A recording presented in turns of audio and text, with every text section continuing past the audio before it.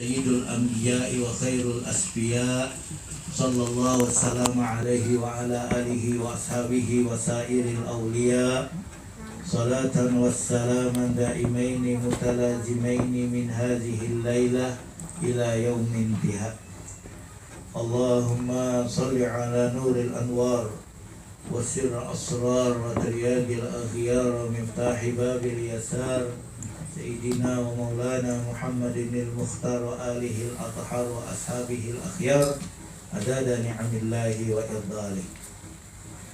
Amma ba'du, yang kami hormati sahibul musibah keluarga besar almarhum ila rabbihil hayyul qayyum Kemas Haji Zainuddin bin Kemas Ahmad Haji Zainuddin bin Kemas Haji Ahmad sekeluarga besar yang kami muliakan, kami cintai, para alim ulama, para asatidz, para ustadz, para ustadzah, para dosen, para guru, para sesepuh, bapak ibu hadirin hadirat majelis tahlil wa ta'ziyah. Semoga kita semua diberkahi, dirahmati dan diridhoi oleh Allah Subhanahu wa taala. Pertama-tama marilah kita bersyukur kepada Allah atas segala limpahan nikmat dan karunia-Nya yang senantiasa Allah curahkan kepada kita dan kepada seluruh keluarga kita. Salawat dan salam senantiasa kita butuhkan keharibaan junjungan agung kita Ar-Rasulul A'zam An-Nabiyul Akram Sayyidina wa Nabiyina wa Habibina wa Syafi'ina wa Azimina wa Qurrati A'yunina Sayyidina wa Maulana Muhammad Sayyidul Qawnain wa Ashrafus Sadalain wa Imamul Haramain wa Sahibul Hijratain Sayyidul Arabi wal Ajam Sayyidu Waladi Adnan beserta keluarganya, para sahabatnya, para pengikutnya, para pencintanya, para pejuangnya dan sekalian umatnya sampai hari kiamat. Bapak-bapak, ibu-ibu, saudara-saudara hadirin sekalian, tadi kita telah bersama-sama membaca surah Yasin yang diawali dengan membaca suratul Fatihah, lalu kita lanjutkan dengan membaca tahlil, tasbih dan salawat keharibaan junjungan agung kita Nabi besar Muhammad sallallahu alaihi wasallam, dan kita tutup dengan Fatihah, Ayatul Kursi, suratul Ikhlas dan Al-Mau'izatain, dan ditutup juga tadi dengan ayat suratul Ahzab ayat 56, innallaha wa malaikatahu yusholluna 'alan nabi ya ayyuhallazina amanu sallu alaihi wasallimu taslima. Mudah-mudahan apa yang kita baca ini tadi diridhoi oleh Allah, diterima oleh Allah, sehingga kita mendapatkan pahala yang besar dari Allah Subhanahu wa taala. Kita mohonkan kepada Allah sebesar itu juga pahala tersebut semoga Allah sampaikan kepada almarhum ila rabbihil hayyul qayyum Kemas Haji Zainuddin bin Kemas Haji Ahmad. Mudah-mudahan dengan bacaan kita tadi segala dosa almarhum diampuni oleh Allah, segala kesalahannya dimaafkan oleh Allah, dan segala amal ibadahnya semua yang diterima oleh Allah Subhanahu wa taala. Dan semoga ruh almarhum yang sekarang telah berada di alam barzah Allah tempatkan dalam satu tempat yang penuh dengan ketenangan, ketentraman, kedamaian dan kebahagiaan, berkumpul bersama dengan arwah keluarga yang telah mendahulunya, berkumpul bersama dengan arwah para hamba Allah salihin lainnya di dalam satu naungan bersama dengan Rasulullah Muhammad sallallahu alaihi wasallam. Mudah-mudahan seluruh keluarga ditinggalkan oleh almarhum senantiasa diberikan oleh Allah kesabaran, ketabahan dan kekuatan iman di dalam lima musibah ini. Dan bagi kita semua yang ikut bertakziah dan bertahlil dan mendoakan almarhum sejak hari pertama wafatnya almarhum sampai malam yang ke-40 ini, mudah-mudahan kita juga mendapatkan pahala, rahmat dan ridho dari Allah Subhanahu wa taala, dan mendapatkan iktibar dalam hidup dan kehidupan kita insyaallah. Amin. Allahumma amin ya rabbal alamin. Bapak-bapak, ibu-ibu, saudara sekalian, sedikit saya awali, ini sering kita lakukan. Jadi ketika dibacakan ayat suratul Ahzab oleh Kak Mansa, innallaha wa malaikatahu yusholluna 'alan nabi. Nah, ini seluruhnya kita tadi menjawab Allahumma shalli wa sallim alaihi. Belum. Belum. Kaget. Salawat itu kaget.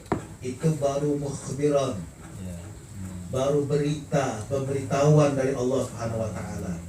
Allah memberitahukan kepada kita sesungguhnya Allah dan para malaikatnya selalu itu pakai fi'il mudhari'. Yusalluna pakai fi'il mudhari'. Kalau di dalam bahasa Arab fi'il mudhari' itu bermakna al-istimrar, selalu. Bukan sekali itulah, selalu. Berarti sampai sekarang ini Allah dan para malaikatnya terus menerus secara kontinu membaca salawat kepada Nabi Muhammad SAW. Nah, kira-kira kita ini senang tak sebagai umat Nabi Allah dan para malaikatnya bersalawat kepada beliau? Maka kita ucapkan alhamdulillah. Jadi ketika dibacakan ayat innallaha wa malaikatahu yusalluna 'alan nabi, alhamdulillah. Kita bersyukur kepada Allah karena Allah dan para malaikatnya berselawat kepada Nabi kita. Nah lalu Allah teruskan firman-Nya. Allah panggil, Allah seru hamba-hamba yang beriman. Ya ayyuhalladzina amanu sallu alaihi wa sallimu taslima. Allahumma sholli. Hai orang-orang yang beriman. Hai orang-orang yang beriman. Pengantar khutbah, pengantar khutib Innallaha wa malaikatahu yusalluna 'alan nabi. Allahumma shalli wa sallim. Padahal Allah memberitahukan kepada kita sesungguhnya Allah dan para malaikatnya berselawat kepada Nabi. Lalu Allah perintahkan, ya ayyuhallazina amanu sallu alaihi wa sallimu taslima. Diam enggak lo? Malaikat bingung nih. Pada saat Allah memberitahukan Allah dan malaikat berselawat kepada Nabi, berebut berselawat kepada Nabi. Pada saat Allah perintahkan, hei orang-orang beriman, ucapkan salawat dan salam kepada Nabi. Diam kalau tidak ngerti mamang nih, tidak paham. Kita cuma melok-melok hadir sekalian. Nah, jadi malam ini. Jadi ketika kita mendengar orang mengucapkan, membacakan ayat innallaha wa malaikatahu yusalluna 'alan nabi, jawab ya ayyuhallazina meninggalkan kita semua. Masya Allah, almarhum ini luar biasa hari sekalian. Beliau sering ke rumah, telepon nanya melalui mantu beliau Bi Aina, Ustaz, abah nak ke rumah, ada Ustaz di rumah, atau kapan Ustaz bisa ketemu? Masya Allah. Apalagi waktu anak beliau almarhum beberapa kali yang sakit, ada yang sakit di mana itu, di Jawa itu, di Serang. Sampai kita ke Kiai Broga berdoa kepada Allah, mohon kepada Allah agar anak om yang sakit itu disembuhkan. Kemudian ada lagi yang sakit, ada lagi yang sakit. Dan alhamdulillah, ini perhatian beliau, kasih sayang beliau kepada putra putrinya, kepada anak-anak almarhum luar biasa, sayang. Kemarin sudah kita terpunan waktu almarhum sakit, aku ngomong itu almarhum luar biasa. Waktu anaknya sakit itu susah, khawatirnya luar biasa. Dia mendatangi ulama, mendatangi kiai, minta doa. Datang, bukan main teleponan. Kita ini main teleponan, main WA. Ini almarhum dalam keadaan semikian rupa, keadaannya berjalan lagi sago, nak tegak lagi sago, kadang dewek. Ya Allah, abah ini luar biasa. Memang cintanya orang tua kepada anak luar biasa dan sekalian. Kalah kita sebagai anak, cinta dengan orang tua kalah. Walaupun kita sebagai anak sangat cinta, sayang dengan orang tua, dibandingkan cinta dan sayang orang tua kepada anak kita, kalah. Kita punya anak galau ini. Kalau kita makan lemak, saya ingat sama anak kita yang di sana, yang di situ, makan enggak dia, sudah makan belum. Tapi kalau kita sebagai anak makan lemak, ingat tak sama apa?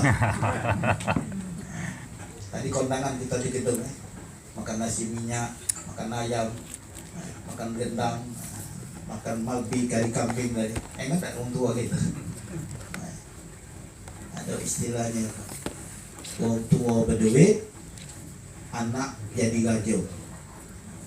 Orang tua berduit, anak jadi raja. Anak berduit, wong tua dah ganti gego. Benar-benar kita tidak Nanti sekalian, sebagaimana peribahasa yang kita dengar, kalau harimau meninggal, mati, dia meninggalkan belang. Gajah mati meninggalkan gading. Manusia mati meninggalkan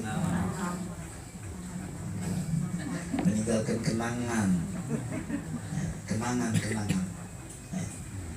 Hadir sekalian, nah sekarang kita sedang membuat kenangan. Sekarang ini kita masih hidup bikin kenangan. Nanti setelah kita meninggal, apa yang kita lakukan sekarang ini akan menjadi kenangan orang-orang sesudah kita. Kenangannya ada dua, ada kenangan yang baik, ada kenangan yang jahat. Dan Nabi SAW bersabda, uzkuru mahasina mautakum waqfu an masawihim. Ingatlah terus kebaikan-kebaikan orang-orang yang telah meninggal di antara kamu. Dan tutup.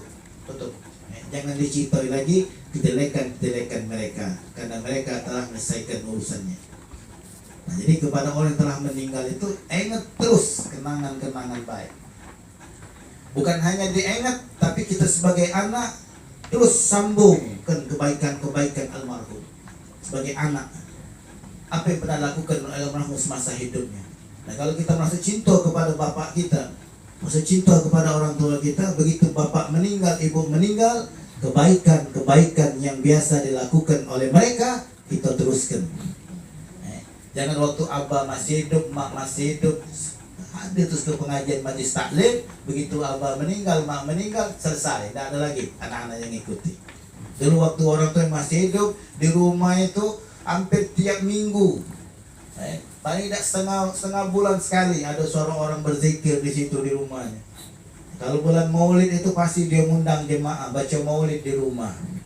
Kadang-kadang juga manggil asatid, manggil ustaz, ada pengajian, ada ceramah, ada zikir.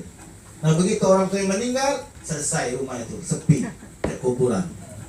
Waktu almarhumah masih hidup, mendengar suara orang zikir, orang salawatan, orang baca Quran, pengajian. Begitu mereka meninggal, yang terdengar suara orang nyanyi, suara lagu, musik ada sekalian. Na'udzubillah. Inilah. Nah, jadi sekalian, kita yang masih hidup sekarang, alhamdulillah, ini nikmat. Tapi tidak diketahui nilai nikmat hidup ini kecuali bagi orang yang telah meninggal. Rabbana absarna wa sami'na farji'na na'mal salihan inna muqinun. Ini orang-orang yang meninggal berkata, Rabbana, wahai Tuhan kami, absarna, kami telah melihat. Apa yang mereka lihat? Asap kubur, siksaan-siksaan yang ada di kubur itu. Wasami'na, dan kami mendengar jeritan-jeritan orang-orang yang diazab di dalam kubur itu. Farji'na, ya Allah, kembali lagi kami ke dunia. Na'mal salihan, kami akan berbuat amal yang soleh, amal yang baik. Inna muqinun, kami yakin niat, ya Allah, kami yakin niat. Bisa tak balik lagi Bapak Ibu? Kalaupun balik, siapa nak nerimanya? Nak duduk ke di mana? Nak duduk di kamar, tak mungkin. Duduk bawa ranjang, kacau. Duduk di dapur, tak mungkin juga. Dikasih mobil, tak mungkin. Andai kata dia bisa balik. Tapi nak kacik ceritanya, wong mati baca balik. Kalaupun balik itu mati sugi, belum mati nian. Ada yang ngomong, kalau ngantuk tu mana ngantuk itu? Misalnya dikubur jam 4, atau jam 6 balik deh. Tak ngumpuk orang tahlil. Ada yang pernah tak kita temu hantu? Nah, ini seandainya nih, misalnya memang ada hantu tadi kan, dia mati, malam dia ngantuk. Nah, benar tak yang datang yang ngantuk yang mati itu, benar tak? Ya. Hah? Setan. Dulu tahun 90-an ada film Si Cantik Jembatan Ancol, kepala botak si Ozil. Dulu kan. Lemak ada ngomong, lemak kita mati ngantuk baca ketemu dan antu yang cantik-cantik ini. Bohong, tidak ada itu. Kalaupun ada misal ada kejadian seperti itu, dia yang adonan waktu dia dikubur dia balik. Yang balik itu, yang ngantu itu bukannya almarhum, bukan almarhumah, bukan orang meninggal. Yang ngantu, yang muat kacau ini, yang mendatangkan fitnah itu adalah setan yang selalu menggoda orang itu. Maka kita kalau doa, terutama waktu sholat jenazah itu ada yang yang keempat, Allahumma la tahrimna ajrahu wa la taftinna ba'dahu. Yang ketimpakan fitnah kepada kami ya Allah ba'dahu atau ba'daha. Kalau perempuan setelah dia meninggal, jangan kau datangkan fitnah kepada kami. Maksud itu yang mati yang ngantuk lagi. Itu fitnah. Nah, jadi orang sudah mati itu selesai urusannya. Kalaupun ada yang datang lagi ke dunia yang ngubek-ngubek itu bukan yang mati, tapi itu setan yang biasa menggoda dia. Keadaan dia mana keadaan di dalam kubur? Ya sesuai dengan amalnya. Kalau orang ini orang yang matinya ada orang-orang soleh, orang-orang ahli ibadat, orang-orang yang beriman yang taat kepada Allah Subhanahu Wa Taala, maka kuburnya akan menjadi raudhatun min riyadil jinan. Kita baca doa Allahumma ja'al qabrahu raudhatan min riyadil jinan. Ya Allah, jadikan kuburnya sebagai taman surga, di antara taman-taman surga yang ada. Tapi kalau yang mati ini orang kafir, orang musyrik, orang fasik, orang munafik, orang ahli maksiat, maka Allah jadikan kubur mereka sebagai hufratum min hufarin niran, salah satu dari jurang api neraka. Ya kalau surganya, nerakanya nanti di akhirat. Jadi yang di dalam kubur itu baru taman surga atau jurang neraka. Tapi kalau sudah masuk taman surga aman ada deh. Kalau sudah masuk taman berarti kakek bakal masuk surganya. Masuk surganya. Tapi kalau sudah masuk ke jurang neraka, ya sudah selesai gitu itu. Nah ini jadi bagaimana nanti keadaan kita di akhirat itu menurut keadaan kita di dalam kubur. Nah bagaimana keadaan kita di dalam kubur itu menurut keadaan kita sekarang masih hidup ini. Nah manalah kita sekarang ini. Balik kakek bapak ibu sebelum tidur kita yang hobi berkaca ibu-ibu ya. Tapi untuk yang ini maksud aku tuh berkaca melihat keadaan diri kita yang sebenarnya nih, bukan kaca ngawasi gaya kita, bukan cantik dah gaya kita nih putih, bukan itu. Nah, kita berkaca bercermin bagaimana keadaan aku. Andai kata aku mati sekarang ini, andai kata aku mati malam ini, apakah aku pantas untuk masuk dalam surganya Allah Subhanahu Wa Taala? Kalau kita jawab artinya pantas, alhamdulillah. Ada yang masuk pantas? Aduh. Tunjuk tangan. Kepengen nak jengok gayanya, wong yang ngaturkan pantes dia kalau mati masuk surga. Dah ada. Kalau itu berarti makan neraka kalau gitu ya. Nah, jadi bagusnya ada satu syair, ilahi lastu lil firdausi ahla wala aqwa ala naril jahim. Wahai Tuhanku, aku ni tidak pantas untuk masuk ke surga, tetapi aku tidak kuat untuk masuk dalam neraka jahim. Ya Allah, ini keadaan sekalian. Maka ada satu doa yang sangat bagus. Ya Allah Tuhanku, matikan aku ya Allah dalam keadaan aku pantas untuk masuk dalam surga-Mu. Tetapi jangan kau matikan aku ya Allah dalam keadaan aku tidak pantas untuk masuk dalam surga-Mu. Nah, jadi kaget. Kalau kita bakal mati, nah kita mohon kepada Allah saat itu, pada waktu kita bakal mati itu, saat itu memang kita pantas untuk masuk dalam surganya Allah Subhanahu Wa Taala. Tetapi jangan sampai pada saat kita akan dimatikan oleh Allah, ketika itu saat itu kita tidak pantas untuk masuk dalam surganya Allah. Ini sekalian. Nah, jadi ini setiap kali kita berbuat amal, berbuat sesuatu, ingat bakal mati. Nah, misalnya malam ini ada yang belum sholat ini, ada yang belum sholat isya ini. Aku yakin yang hadir ini ada yang belum sholat isya. Nah, selesai acara ini, jangan dulu buka HP-nya, jangan dulu membuka TV, jangan kita berkelakar, pasanglah niat, selesai acara. Apalagi nyampe rumah, Bapak Ibu langsung ambil wudu, pasang mengkena, pakai kain, langsung sholat. Allahu Akbar. Jangan sampai kita tidur dan kita lupa melaksanakan sholat isya. ada sebagian kita ini ada, kalau dia belum salat isya itu udah nyenyak tidurnya. Jam 1, jam 2 terbangun dia. Ngapalah aku cek lisa ni, ngapalah. Belum salat isya. Ada kan? Nah, ada yang tidak, pokoknya lonong baik. Dan saya isya subuh siang terus. Hadirin sekalian, Nabi mengingatkan kepada kita, idza tarakal abdu faradan wahidan kutiba ismuhu ala babin nar.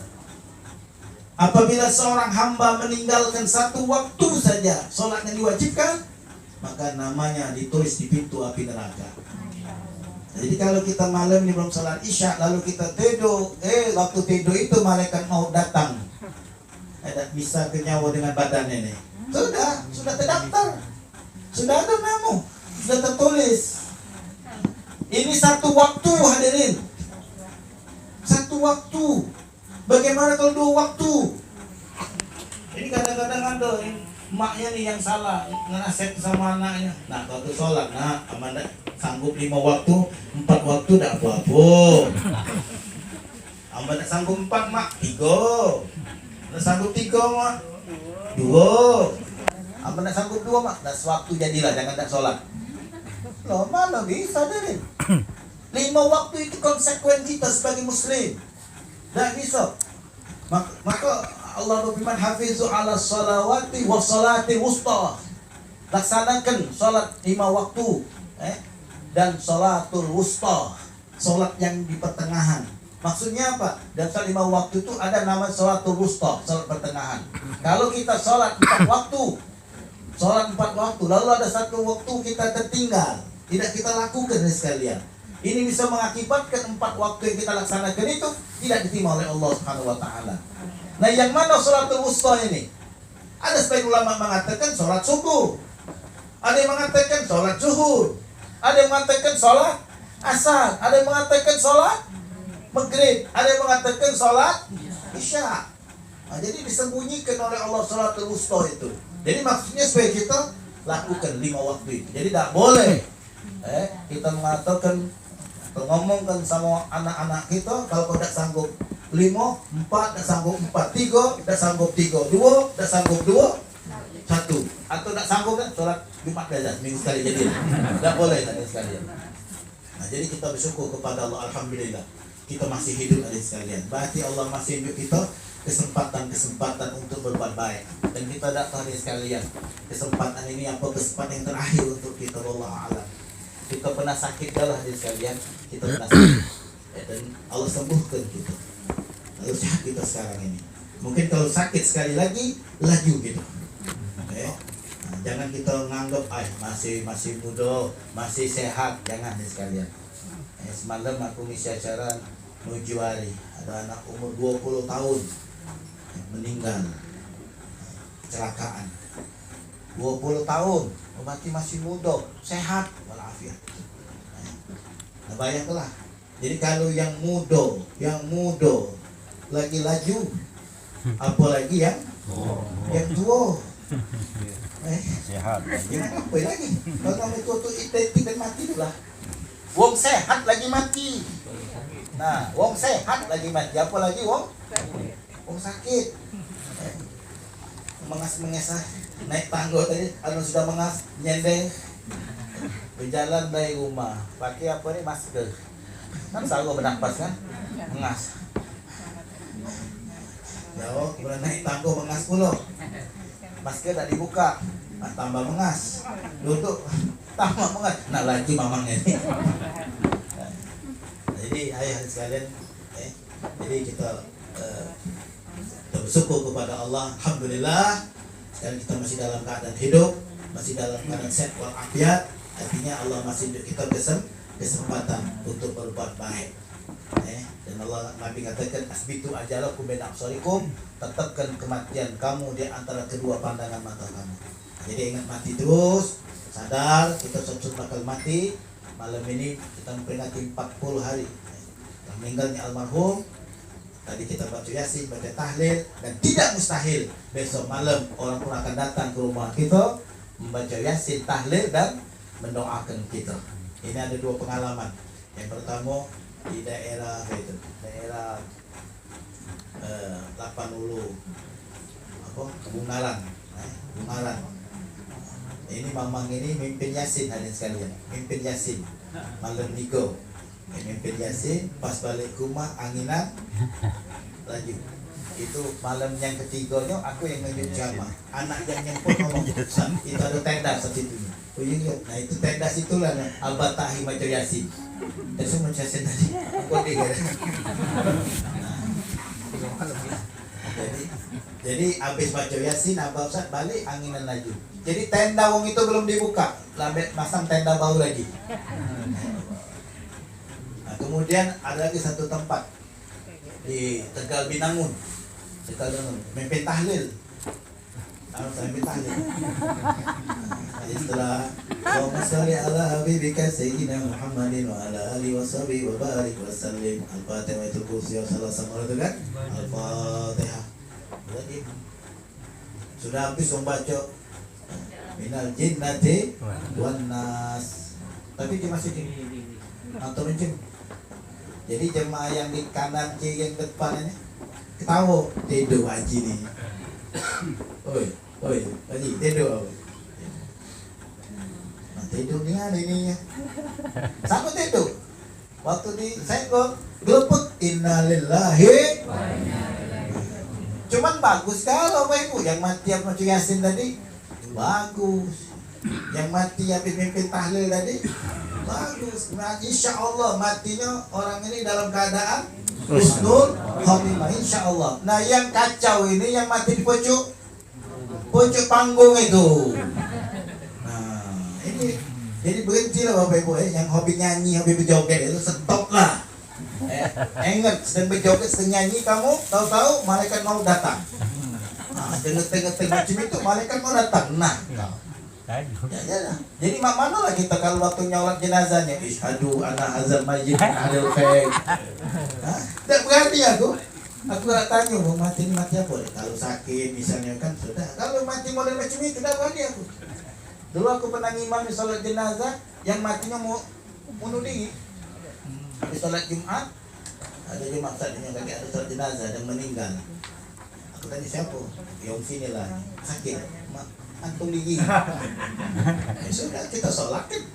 Setelah saya sholat doa alhamdulillahirabbil alamin. Taqabbalallahu minkum. Jadi ada samping isyhadu. Ya isyhadu lah kau. Bagaimana kita nak bersaksi baik mati untung diri.